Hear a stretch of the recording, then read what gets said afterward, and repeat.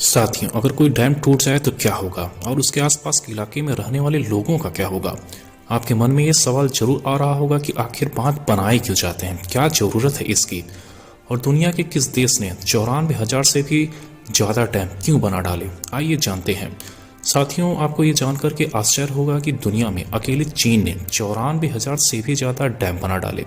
चीन ने तो धरती को एकदम से छलनी कर दिया है, प्रकृति के बारे में तो बिल्कुल सोचा ही नहीं। और ये जो सारे डैम है ये माओ जुडान के काल से ही बने थे, जो कई दशक पुराने हैं। उनकी स्थिति आज जर्जर सी हो गई है। और इसी बीच चीन ने 1994 में एक ऐसे बांध बनाने की नींव रखी, एक ऐसा डैम जो दुनिया का सबसे बड़ा डैम बनने वाला था। और आज की तारीख में दुनिया का सबसे बड़ा डैम चीन के पास है, जिसका नाम है थ्री गॉर्जेस डैम। इतना बड़ा डैम कि ये 2.3 किलोमीटर इलाके में फैला है। आपको इसका जो वाटर होल्डिंग कैपेसिटी है, यानी कि पानी को जिस नदी पर यह रोक सकता है, उसकी पूरी एरिया लगभग 416 मील में फैला है।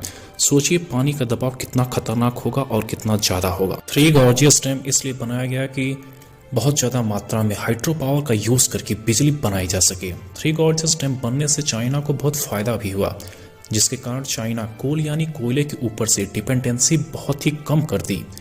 आपको ये बता दें कि थ्री गॉर्जेस डैम बनने के बाद चीन में कोयले की खपत लगभग 21.7 मीट्रिक टन से भी कम हो गई।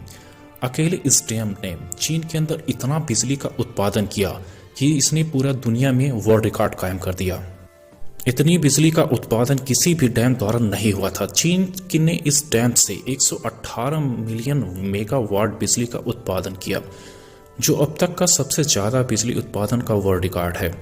और ये बांध यांगसी नदी पर बनाया गया है, जो बहुत बड़ी नदी है। बाढ़ के प्रकोप से बचने के लिए इस डैम की संरचना की गई, लेकिन आपको ये बता दें कि स्थिति एकदम विकट हो गई है।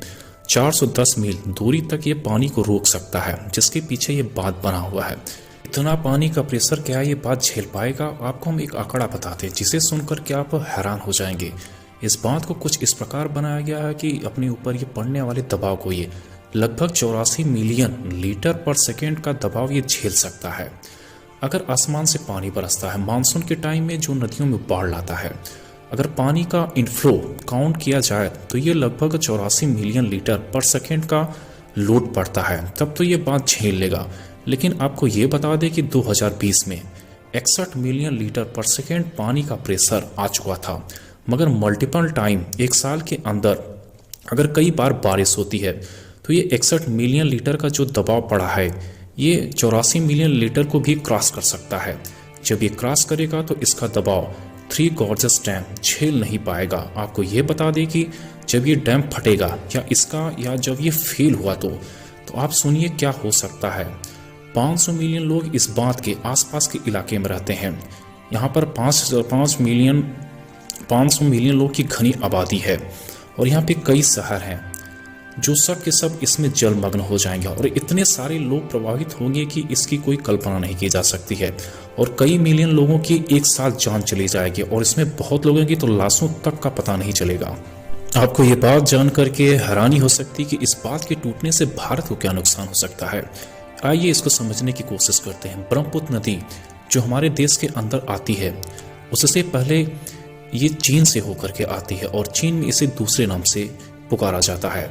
चीन में जो इस नदी पर पुराने बांध बने हैं, जिसकी स्थिति आज जर्जर हो गई है, वो कभी भी टूट सकते हैं। अगर वो टूटे या यांगसी नदी का पानी बढ़ा, अगर बारिश तेज हुई तो यांगसी नदी का बहुत तेज हो जाएगा।